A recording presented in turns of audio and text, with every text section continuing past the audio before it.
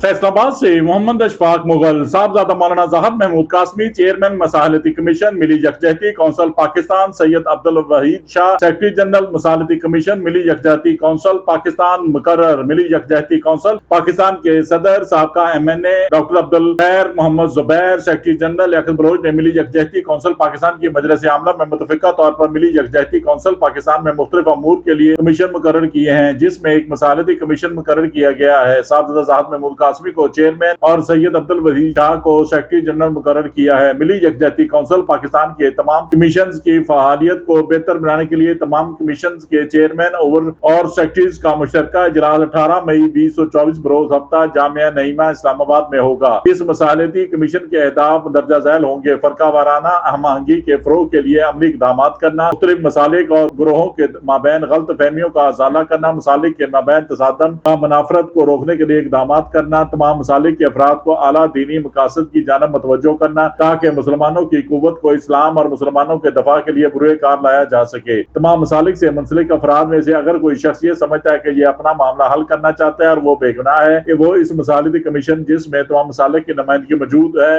रुजू कर सकता है। देखते रहिए GS न्यूज। इस वीडियो को लाइक करें, हमारे चैनल को सब्सक्राइब कर बेल आइकन जरूर प्रेस करें।